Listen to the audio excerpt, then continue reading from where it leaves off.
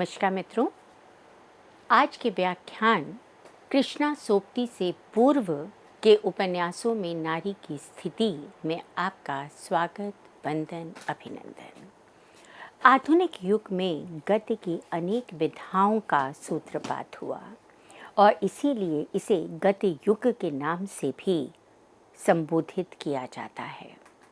Doctor Mata Prasad गुप्त के मतानुसार हिंदी में उपन्यास शब्द का प्रयोग 1970-71 के आसपास एक पुस्तक जिसका शीर्षक था मनोहर उपन्यास के माध्यम से किया गया। इससे पूर्व उपन्यास शब्द बंगला साहित्य में प्रयुक्त होता था। अंग्रेजी में उपन्यास शब्द के लिए नॉवेल शब्द का प्रयोग किया जाता है, जिसका सामान्य अर्थ है नया या नवीन। उपन्यास मानव जीवन को समग्रता में प्रतिबिंबित नहीं करता। आलोचकों का मत है कि यह मानव जीवन के किसी एक चित्र, एक पक्ष, एक हिस्से को उसकी संपूर्णता में अभिव्यक्त करने का प्रयास करता है। प्रेमचंद यथार्थ चिंतन और मनोविश्लेषण पर अपने उपन्यासों में अधिक जोर देते रहे हैं।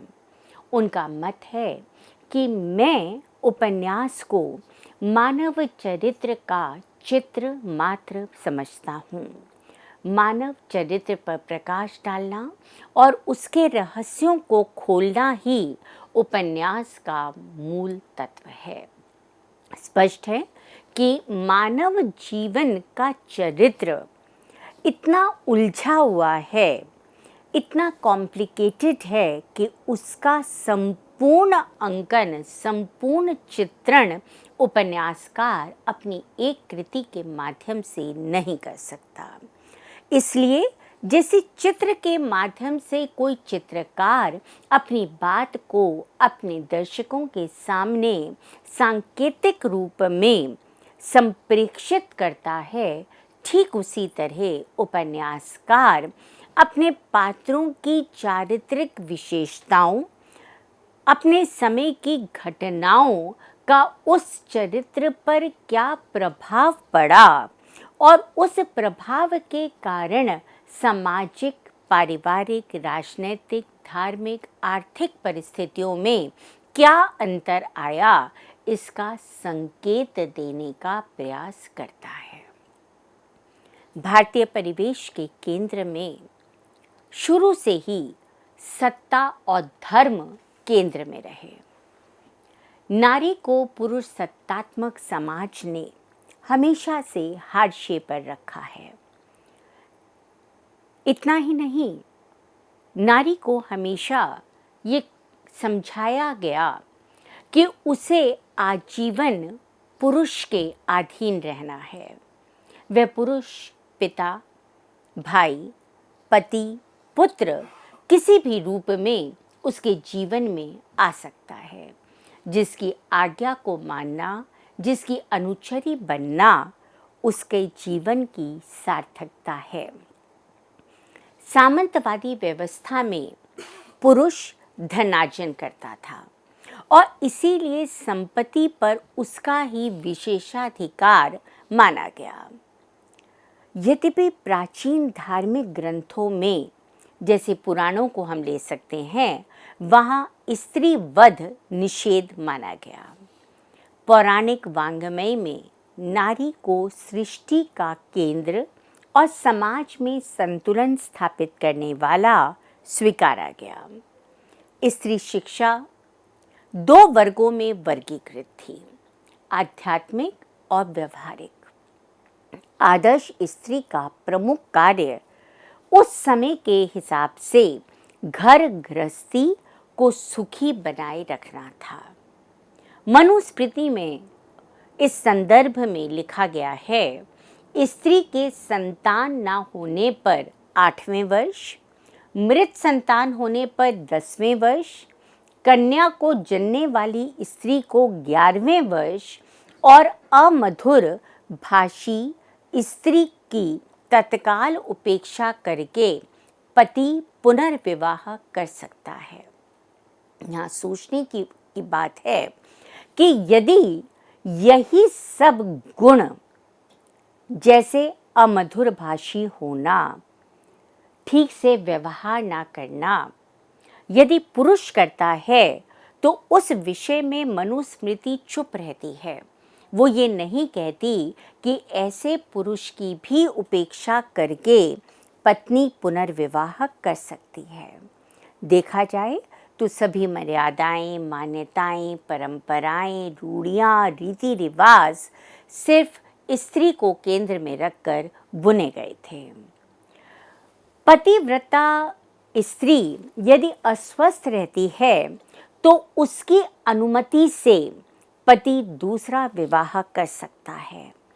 पति के पुनर्विवाह से कुपित होने पर उसे सुरक्षित पिता के घर में छोड़ आना उचित था। हम देख सकते हैं कि इस तरह की मर्यादाओं का पालन करने के लिए उस समय की स्त्री बाध्य थी।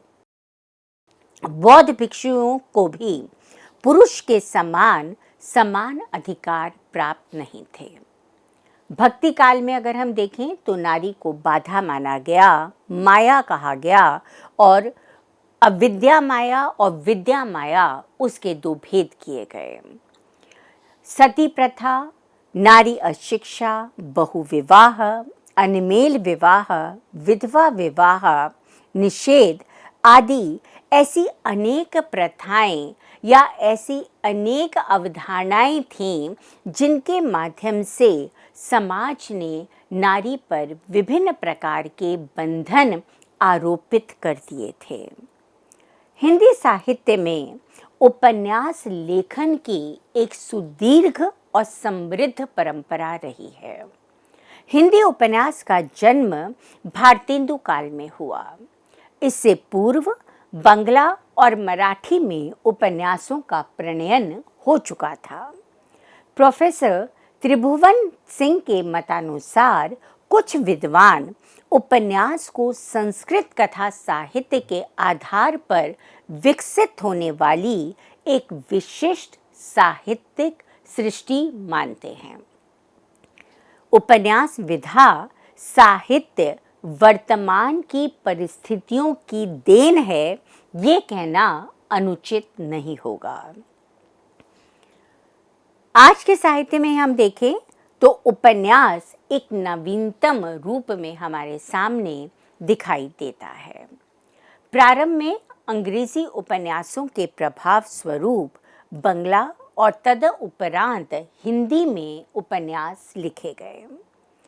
जीवन की विभिन्न वास्तविकताओं, जटिलताओं का सटीक यथार्थ अंकन प्रेमचंद और उनके समकालीन उपन्यासकारों ने अपने उपन्यासों के माध्यम से किया। इस समय के जितने भी उपन्यास हम देखते हैं वे अपने पूर्व के उपन्यासों से नितांत भिन्न थे। इस ओर संकेत करते हुए जयशंकर प्रसाद ने एक स्थान पर कहा है कि आरंभिक साहसपूर्ण और विचित्रता से भरी आख्यायिकाओं के स्थान पर जिनकी घटनाएं राजकुमारों से संबंधित होती थीं, मनुष्य के वास्तविक जीवन का चित्रण आरंभ हुआ। प्रेमचंद से पूर्व जिस तरह के उपन्यास लिखे गए थे उनमें चमत्कार था, अय्यारी थी, विभिन्न प्रकार की ऐसी घटनाएं थीं जिनका वास्तविकता से कोई भी संबंध नहीं था। प्रेमचंद ने अपने उपन्यासों के माध्यम से सामान्य मानव को केंद्र में लाया और उन्होंने ये माना कि सामान्य मनुष्य की जो भी सुख दुखात्मक परिस्थितियां हैं, मजदूर, किसान, दो समय की रोटी कमाने के लिए व्याकुल व्यक्ति, ऐसे व्यक्तियों को उन्होंने अपने उपन्यासों के केंद्र में रखा। इसके साथ ही उन्होंने नारी की सामाजिक और पारिवारिक परिस्थितियों को भी अपने उपन्यासों में स्थान दिया। विधवा विवाह, बाल विवाह, अनमेल विवाह, वैश्या जीवन, स्त्री शिक्षा के प्रश्न, प्रेम के स्वरूप, नारी की सामाजिक राजनीतिक भूमिका, उसकी आर्थिक स्वतंत्रता, ये सभी ऐसे प्रसंग हैं जिनका चित्रण इस समय के उपन्यासों में उपन्यासकारों ने पूरी यथार्थता, सच्चाई और गहराई के साथ किया। उदाहरण के लिए हम प्रेमचंद के उपन्यासों सेवा सदन, निर्मला, कायाकल्प, गबन, कर्मभूमि, रंगभूमि, गोदान इत्यादि को ले सकते हैं। प्रेमचंद के लिए अनमेल विवाह, वैश्या जीवन, गरीबी जैसे व्यापक परिवेश ही नारी जीवन की समस्याओं के आधार रहे। नारी की आंतरिक मनोभाव, उसकी इच्छाएं, अपेक्षाएं, उसकी यौन कुंठाओं के प्रति प्रेमचंद अपने कथा साहित्य में हमेशा मौन रहे हैं। निराला के उपन्यास अप्सरा, ऋषभ चरण जैन के वैश्यापुत्र और उग्र के शराबी उपन्यासों में उपन्यासकारों ने वैश्या जीवन की समस्याओं को रेखांकित किया है। रूढ़ियों, मान्यताओं का सर्वाधिक पालन वैश्याओं को करना पड़ता था। वो इस गलित, उपेक्षित जीवन में किस तरह से पदार्पण करती हैं, कैसे निरंतर दुख झेलती हैं और एक बार इस जीवन में आने के बाद उनके लिए सभी रास्ते बंद हो जाते हैं, उनका जीवन नारकीय बन जाता है, इसका बहुत ही मार्मिक अंकन इस समय के उपन्यासों में हमें दिखाई देता है। विधवा पुनर्विवाह को भी इन लोगों ने बहुत सुंदर ढंग से अंकित किया है। विधवाओं को एक जगह पर बंद कर दिया जाता था, सामाजिक जीवन में उनका प्रवेश निषेध मान लिया जाता था। आयोजनों में, विवाह उत्सवों में उनकी मौजूदगी को ये माना जाता था कि ये अपशगुन है। सादा जीवन जीना पड़ता था उन्हें, सफ़ेद वस्त्र धारण करने पड़ते थे, संगीत या साज सज्जा से उनका कोई संबंध नहीं रहता था। इस प्रकार का वर्णन भी उन्होंने अपने उपन्यासों में किया है। प्रेमचंद का प्रतिज्ञा उपन्यास, चतुरसेन शास्त्री का अमर अभिलाषा उपन्यास, चंद्रशेखर शास्त्री का विधवा के पत्र, जैनेन्द्र का परख उपन्यास, जयशंकर प्रसाद का कंकाल और भगवती प्रसाद का पतिता की साधना जैसे उपन्यासों में इन उपन्यासकारों ने विधवाओं के जीवन के अनेक पक्षों को उद्घाटित किया है कि किस प्रकार से अपने ही परिवार में स्वामिनी के पद पर आसीन नारी जब वैधव्य के दुख को झेलती है तो परिवार उसकी उपेक्षा करने लगता है। जो पुत्र अब तक उनके चारों ओर घूमते थे, उनकी आज्ञा का पालन करते थे, वो या तो उन्हें अपने घर से निकाल देते हैं या उनके प्रति उपेक्षापूर्ण व्यवहार करने लगते हैं। नारी जीवन की समस्याओं के विषय में प्रेमचंद से भिन्न दृष्टिकोण हमें प्रसाद, उग्र, निराला, जैनेन्द्र और यशपाल का लगता है। आदर्श का आग्रह और सुधारवादी भावना की अपेक्षा प्रसाद के उपन्यासों में हमें यौन नैतिकता के प्रति एक नया दृष्टिकोण उपलब्ध होता है। उग्र के उपन्यासों में सामाजिक दुराचार, स्त्री की दुर्दशा आदि विषयों को केंद्र में रखा गया। इस दृष्टि से उग्र जी का उपन्यास दिल्ली का दलाल विशेष रूप से उल्लेखनीय है। भगवती चरण वर्मा ने प्रेम की पृष्ठभूमि पर पाप और पुण्य की व्याख्या की है। भोग और त्याग की समस्याओं को उद्घाटित करने का प्रयास किया है और इस संदर्भ में उनका उपन्यास चित्रलेखा एक महत्वपूर्ण उपन्यास हमारे सामने आता है। भगवती जी का ये दृढ़ मत था कि प्रेम को हम पाप और पुण्य की कसौटी पर नहीं तोल सकते। परिस्थितिवश प्रेम पाप और पुण्य कहलाता है, अन्यथा प्रेम अपने आप में बहुत सुंदर अनुभूति है और इसे पाप की श्रेणी में नहीं लाना चाहिए। वे कभी भी सही या गलत नहीं हो सकता। ये व्यक्ति पर निर्भर करता है, उसकी परिस्थितियों पर निर्भर करता है कि वो किससे प्रेम कर रहा है और किन परिस्थितियों में प्रेम की अनुभूति से अपने आप को सराबोर कर रहा है। जैनेंद्र के उपन्यास परख और सुनीता में भी नारी जीवन की समस्याओं को उपन्यासकार ने उद्घाटित किया है।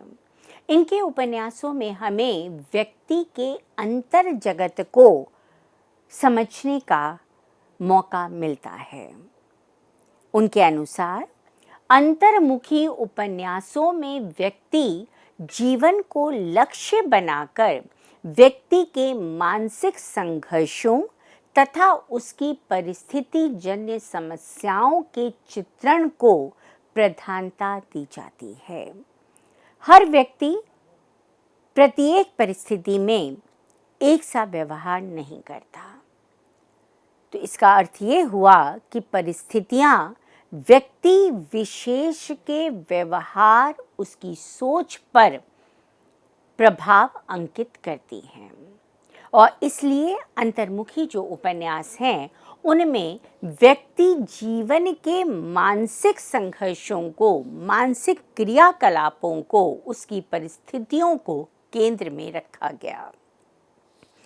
यहाँ आत्मा की गहराइयों में उतरकर उपन्यासकार व्यक्ति के प्रत्येक कंपन, प्रत्येक स्पंदन को चित्रित करने का प्रयास करता है।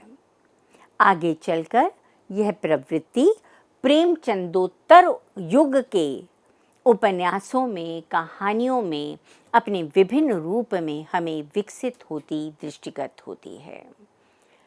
इस प्रवृत्ति के अनुसार मन की एक अखंड सत्ता है और व्यक्ति के विचार, वितर्क एवं उसके क्रियाकलाप उसके चेतन मन से ही नहीं, अचेतन मन से भी अनुशासित होते हैं। यशपाल के नारी पात्र शीलता, अश्लीलता के बंधनों से अपने आप को मुक्त करके स्वच्छंद प्रेम संबंधों में विश्वास रखते हैं। उनका बहुचर्चित उपन्यास झूठा सच में नारी जीवन की विडंबनाओं को उपन्यासकार ने केंद्र में रखा है। विभाजन की विभीषिका की पृष्ठभूमि में रचित उपन्यास में तारा दंगई के चंगुल में फंस जाती है और ऐसे में अत्याचारी उसके साथ अनाचार करते हैं, किंतु इस अनाचार की प्रत्यक्ष भोगी होने पर भी तारा स्वयं को दोषी नहीं मानती है। उसके लिए यौन शुचिता का कोई अर्थ नहीं है, क्योंकि उसका ये मानना है कि इस कृत्य में वो अपने मन से संलग्न नहीं हुई थी। वह अपने साथ हुए इस अपराध के लिए स्वयं को दूषित नहीं मानती। आत्महत्या करने का विचार भी उसके मन में नहीं आता और वह संघर्ष करते हुए अपने जीवन को एक ठोस आधार देने का प्रयास करती है। और इस दृष्टि से हम कह सकते हैं कि यहाँ हमें आधुनिक चेतना, आधुनिक विचारों से ओतप्रोत नारी दिखाई देती है। इतना ही नहीं, तारा पुनर्विवाह कर अपने जीवन को एक दूसरा मौका भी देना चाहती है। इसके विपरीत प्रेमचंद पूर्व के उपन्यासों में अगर हम देखें तो वहाँ प्राचीन और आदर्शों के प्रति एक अटूट आस्था हमें दिखाई देती है। उन आस्थाओं पे चलना नारी के लिए अनिवार्य था और वो आस्थाएं थीं पति को परमेश्वर मानना, पति की अनुचारिणी बनना, पति की आज्ञा का पालन करना। पति अगर गलत बात भी कह रहा है तो पत्नी का ये कर्तव्य था कि वो उस पर प्रश्न चिन्ह ना लगाए। किंतु बाद के उपन्यासों में हमें नारी उस चेतना से युक्त दिखाई देती है जहाँ वह प्रश्न करती है, जहाँ वह तर्क करती है, जहाँ वह अपने अस्तित्व के लिए चिंतित है, जागरूक है। वो कुछ पा सके या ना पा सके ये अलग बात है, पर वो प्रयास अवश्य करती है। प्रेमचंद युगीन उपन्यासकार प्राचीन और नवीन आदर्शों में सामंजस्य स्थापित कराने में जूझ रहे थे। इस समय प्रेम, वैवाहिक असंगतियां, नारी की पारिवारिक सामाजिक परिस्थितियां, इन सब को उपन्यासकारों ने अपनी रचनाओं के केंद्र बिंदु के रूप में स्वीकार किया।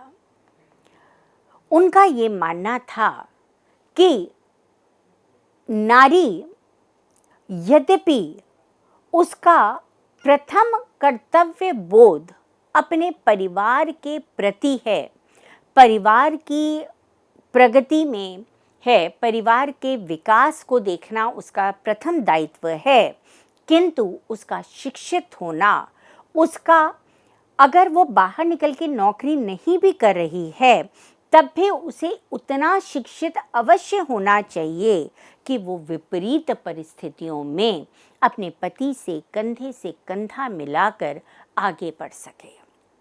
इसके साथ ही उन प्रेमचंद ने अपनी रचनाओं में नारी के विभिन्न रूपों को, जहाँ उन्होंने आभूषण के प्रति उसके मोह को दिखाया है, जहाँ उन्होंने ये दिखाया कि किस प्रकार से वो पति पर दबाव डालती है कि उसे आभूषण चाहिए, इसे गबन उपन्यास में उसका पति उसके लिए अपने कार्यालय से पैसों का गबन करता है, वहीं उनकी नारी पात्राएं अपने पति के साथ आंदोलनों में संघर्ष भी करती हमें दिखाई देती हैं। वो अपने परिवार के लिए अपने सुख को होम करती अगर नज़र आती हैं तो अपने लिए भी वो चेतना से युक्त हमें दिखाई देती हैं। कह सकते हैं कि प्रेमचंद ने सामान्य मानव को अपने उपन्यासों के केंद्र में रखा और मानव का यहाँ अर्थ केवल पुरुष ही नहीं है। उन्होंने अपने उपन्यासों में, शुरू के उपन्यासों को अगर हम देखेंगे तो वो घोर यथार्थवादी नहीं थे, वो आदर्शवादी उपन्यास थे और इसलिए उन उपन्यासों में नारी की जो छवि थी वो आदर्शवादी थी। वो सब कुछ सहन कर रही थी, सहन करते करते वो अपने जीवन को भी होम कर रही थी, पर बाद में आते आते जैसे हम उनकी कहानियों में देखते हैं कि पूस की रात या कफन कहानी में आकर वो घोर यथार्थवादी हो जाते हैं, उसी तरह से उनके उपन्यासों में भी हमें नारी प्रतिबंधों का, बंधनों का विद्रोह करती हुई नजर आती है। वो शिक्षा ग्रहण करती है, शिक्षा ग्रहण करके वो अपने पति के साथ, अपने प्रेमी के साथ आगे बढ़ना चाहती है, अपने परिवार में संतुलन स्थापित करते हुए भी वह अपने लिए सोचती हुई हमें नज़र आती है। इस तरह से हम देखते हैं कि प्रेमचंद और प्रेमचंदोत्तर जितने भी उपन्यास लिखे गए उनमें हमें उससे पूर्व के उपन्यासों से प्रेरणा तो दिखाई देती है, पर इस समय की नारी स्वयं के प्रति हमें सजग भी दिखाई देती है। अपने अगले वक्तव्य में हम और उपन्यासकारों के संदर्भों को लेते हुए, वहाँ से उदाहरणों को लेते हुए इस बात को समझने का प्रयास करेंगे कि कृष्णा सोबती ने जिस नारी को अपने उपन्यासों में स्थान दिया है वो नारी अपने पूर्व के उपन्यासों की नारी से किस प्रकार से भिन्न थी और कृष्णा सोबती की नारी कैसे अपनी भाषा, अपने विचारों, अपनी अभिव्यक्ति में हमें और अधिक मुखर दिखाई देती है। तब तक के लिए आज्ञा दीजिए। नमस्कार।